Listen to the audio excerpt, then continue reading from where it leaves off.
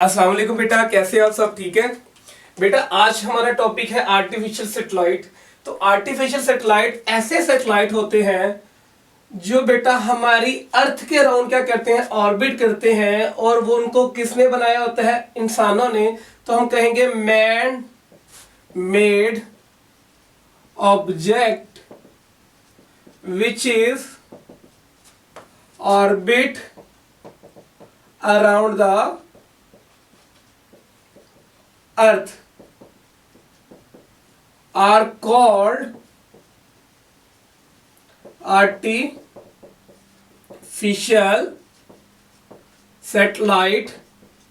तो ये जो सैटेलाइट होते हैं ये आर्टिफिशियल होते हैं, जो हम स्पेस में भेजते हैं। अब कुछ सैटेलाइट होते हैं नेचुरल, जो अल्लाह की तरफ से होते हैं। वो भी हमारी अर्थ के अराउंड क्या करते हैं, ऑर्बिट करते हैं, जिसमें हमारे प्लेनेट आ जाते हैं, मून आ जाता है।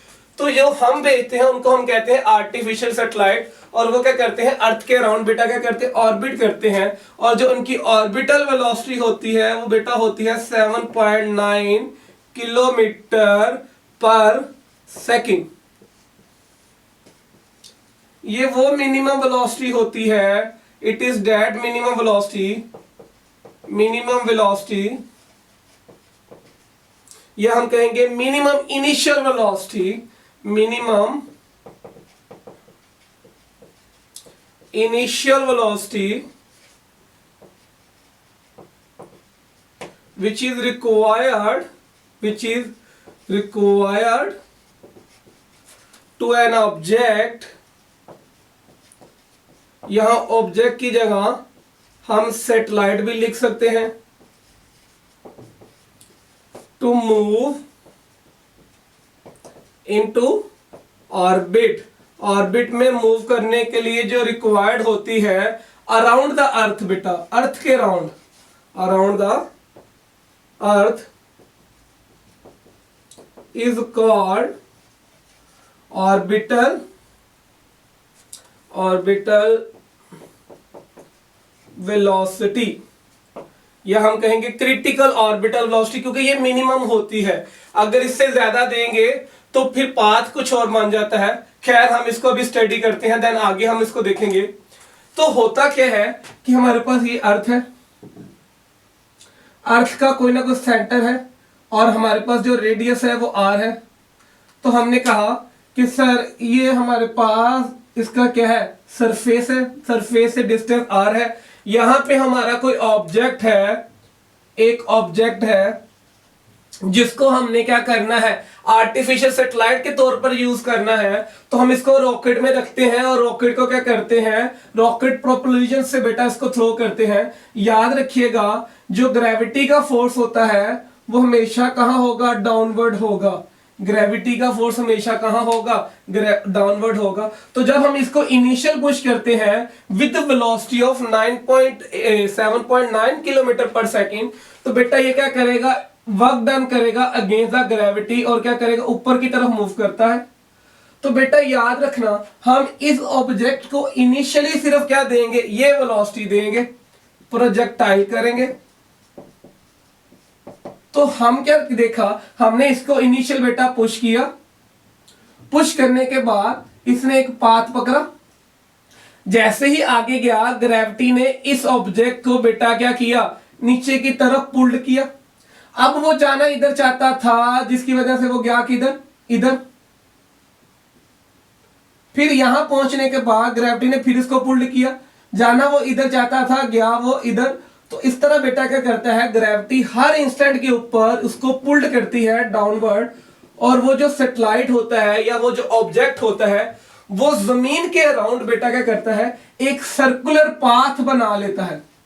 वो जमीन के अराउंड बेटा क्या करता है, एक सर्कुलर पाथ बना लेता है, जिसकी वजह से बेटा वो क्या करता है, सर्कुलर मोशन शो करता है या ऑर्बिटल मोशन शो करता है। तो जब कोई ऑब्जेक्ट एक सर्कुलर पाथ में मूव करता है तो हम कहते हैं उसके ऊपर जो फोर्स एक्ट करती है वो कौन सी होती है, आप कहेंगे सेंट्रीपिटल फोर्स।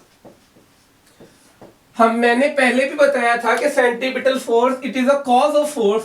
ये डिफरेंट लोकेशन के ऊपर डिफरेंट इसको फोर्सेस बनाने आती हैं। तो हमें पता चला कि सर ये जो ऑब्जेक्ट है इसके पास मैस m है, और जैसे ही इसके पास मैस हमने m रखा, इसका एक वेट बन गया ड्यू टू डाउनवर्ड। तो वेट नीचे की तरफ पुल्ड होता है और इनिशियल रिएक्शन फोर्स ऊपर की तरफ होती है, जिसकी वजह से बेटा ये क्या करता है, एक पाथ बन जाता है, और हर एक पॉइंट के ऊपर ग्रेविटी इसको सेंटर की तरफ खींच रही होती है, तो वो क्या करता है, सर्कुलर पाथ में मूव करता है। तो हम कह सकते हैं कि सर जो सेंट्रीपिटल फोर्स बनी वो बनी ड्यू टू वेट, और दोनों का मैग्नीट्यूड क्या होगा, इक्वल। किसका, सेंट्रीपिटल फोर्स और वेट का। अगर यहां से हम इसको सॉल्व करेंगे तो वेट की जगह mg आ गया, सेंट्रीपिटल फोर्स की जगह mv स्क्वायर ओवर r आ गया, बेटा ये कट गया, तो हमारे पास क्या एक फार्मूला बना which is equal to v square और g r। तो बेटा ये जो r है स्मॉल, ये एक्चुअली क्या है, रेडियस ऑफ द अर्थ, ठीक। तो हमारे पास जो फार्मूला है v का वो कितना आ गया, जी आर, और हमें वी स्क्वायर नहीं चाहिए, वी चाहिए, तो हमने वी स्क्वायर को खत्म करने के लिए क्या ले लिया, रूट ले लिया। तो this is known as orbital velocity. तो ये जो अगर हम इसको कैलकुलेट करें 9.8 मल्टीप्लाई बाय 6.4 मल्टीप्लाई बाय 10 की पावर 6 मीटर, इसको पुट करें तो हमारे पास जो आंसर आएगा 7900 मीटर पर सेकेंड, या अगर हम इसको दूसरी तरह लिखें तो 7.9 किलोमीटर पर सेकेंड हमारे पास वी ऑर्बिटल वेलोसिटी आ गई। ठीक होगी बात। तो हमारे पास बेटा क्या आ गई, वी ऑर्बिटल वेलोसिटी। अब यहां से हम एक और पॉइंट को भी बेटा हाईलाइट कर सकते हैं। तो देखिए हमारे पास यहाँ पे जी कितना आ गया, v square over r, v square over r. तो आप कहेंगे sir v square over r तो सेंट्रीपिटल एक्सलेरेशन के तो इक्वल नहीं होता, बेटा बिल्कुल एग्जैक्ट उसी के इक्वल होता है। तो आपके पास यहां ग्रेविटेशन एक्सलेरेशन है वो इक्वल हो गया सेंट्रीपिटल एक्सलेरेशन के। तो आप कह सकते हैं कि ग्रेविटी ही वो है जो सेंट्रीपिटल एक्सलेरेशन का बेटा क्या कर रही है, काम कर रही है। तो जब हम इतनी वेलोसिटीज उसको थ्रो करते हैं तो हम कहते हैं ये मिनिमम वेलोसिटी होती है, मिनिमम वेलोसिटी होती है, और इसको हम कहते हैं क्रिटिकल वेलोसिटी। जब इस वेलोसिटी से हम इसको थ्रो करेंगे, यानी ये ऑब्जेक्ट को जब हम 7.9 किलोमीटर पर सेकंड से थ्रो करेंगे तो बेटा ये जो पाथ बनता है ये कैसा बनता है, सर्कुलर बनता है। कैसा बनता है, पाथ सर्कुलर। अगर हम इससे ज्यादा थ्रो करेंगे, लेट्स सपोज हम 8.3 किलोमीटर पर सेकंड से अगर थ्रो करें तो ये जो पाथ बनेगा ये ऑब्जेक्ट का वो कैसा बनेगा बेटा, एलिप्टिकल बनेगा, अंडे की शेप की तरह। तो हमारे पास जो पाथ बनता है वो क्या बनता है, एलिप्टिकल। तो अगर हम इसको इसी ऑब्जेक्ट को, यही ऑब्जेक्ट को बेटा अगर मैं थ्रो करूं 11.2 किलोमीटर से, तो आप क्या कहोगे कि सर जी ये तो अर्थ की ग्रेविटी से क्या होगा, भाग जाएगा। तो आप डिफरेंट वेलोसिटी देते जाएंगे, ये डिफरेंट ऑर्बिट पकड़ते जाएंगे, जो अर्थ के राउंड बेटा क्या करते जाएंगे, मूव करते जाएंगे। ठीक हो गया। अब हम निकालते हैं टाइम पीरियड कि कितने टाइम में ये वाला जो सैटेलाइट जो 7.9 किलोमीटर पर सेकंड से भेजा, ये कितने टाइम में अपना ऑर्बिट कंप्लीट करता है। तो हम निकालने लगे हैं टाइम पीरियड। तो टाइम पीरियड का फॉर्मूला देखिए, जब ऑब्जेक्ट यहां से चलेगा और घूमने के बाद यहां वापस आ जाएगा तो आप कहोगे उसने कितना एंगल कवर किया, या हम ये लिख देते हैं S is equal to v t. तो हम अगर एंगुलर डिस्प्लेसमेंट की बात करें तो हमारे पास क्या आ गया, S इज इक्वल टू बेटा क्या आ गया, थीटा, V की जगह ओमेगा और T आ गया। तो जब हम यहां से चलेंगे तो उसमें कितना कवर करेगा, आप बताएंगे सर एंगुलर डिस्प्लेसमेंट 2 पाई होगा, ओमेगा कितना हो जाएगा, ओमेगा वैसे रहा, और टाइम कितना लगा, T। तो T को अगर हम निकालें तो आप कहेंगे 2 पाई ओवर ओमेगा, और ओमेगा का एक फार्मूला होता है V is equal to r omega. तो यहां से अगर हम ओमेगा को निकाले तो V बाय आर आ गया। तो ये जो R आएगा it is the radius of the earth. तो हमारे पास ओमेगा की जगह बेटा क्या आ गया, हम कह सकते हैं ओमेगा की जगह v बाय आर आ गया। तो आर इधर मल्टीप्लाई करें तो t कितना आ गया, 2 पाई आर डिवाइड बाय v। तो बेटा अगर हम वैल्यू लगाएं 2 मल्टीप्लाई बाय 3.14 मल्टीप्लाई बाय 6.4 10 की पावर 6 डिवाइड बाय 7.9 किलोमीटर पर सेकेंड, तो जो टाइम पीरियड आएगा अप्रोक्सीमेटली 84 मिनट आ जाएगा अप्रोक्सीमेटली। तो इसका मतलब है कि ये जो सैटेलाइट है ये 84 मिनट में क्या करेगी, अपना एक रेजोल्यूशन कंप्लीट करेगी। तो बेटा याद रखिएगा कि जैसे जैसे हाइट बढ़ती जाती है, हमें पता है कि sir g is equal to G M divide by r square, तो r प्लस एच भी आप लिख सकते हैं अगर आप अल्टीट्यूड को ऐड करेंगे। ये वाला फैक्टर कांस्टेंट है, तो बेटा ये किसके इनवर्सली प्रोपोर्शनल होती है, इसके इनवर्सली प्रोपोर्शनल हो जाती है। अगर ये वाली चीज इंक्रीज करेगी तो ग्रेविटी विल डिक्रीज।